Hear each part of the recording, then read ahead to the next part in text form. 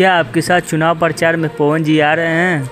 देखिए, मैं श्योरिटी के साथ तो नहीं कह सकती हूँ, पर मैं उनसे उम्मीद जरूर कर रही हूँ। देखिए भाई, पावर स्टार पवन सिंह की पत्नी ज्योति सिंह से एक इंटरव्यू के दौरान पूछा गया कि क्या आपके पति पावर स्टार पवन सिंह आपके साथ चुनाव प्रचार में आ रहे हैं? हाँ, क्योंकि अभी फिलहाल हाल की डेट में हमारी कोई बातचीत नहीं है। मैं लोग पवन जी को कॉल करते थे, पर पवन जी साथ बिजी होने की वजह से नहीं आ पाते थे। तो लोग फिर मेरे पास कॉल करना चालू किया कि भाभी आप ही आ जाइए। लोग इतना मतलब बढ़ चढ़ के वोट किए थे, सारी चीज़ें किए थे, अभी भैया के पास टाइम नहीं है, तो ऐसे वैसे ये वो, तो उसी सिलसिले में आना चालू हुआ मेरा।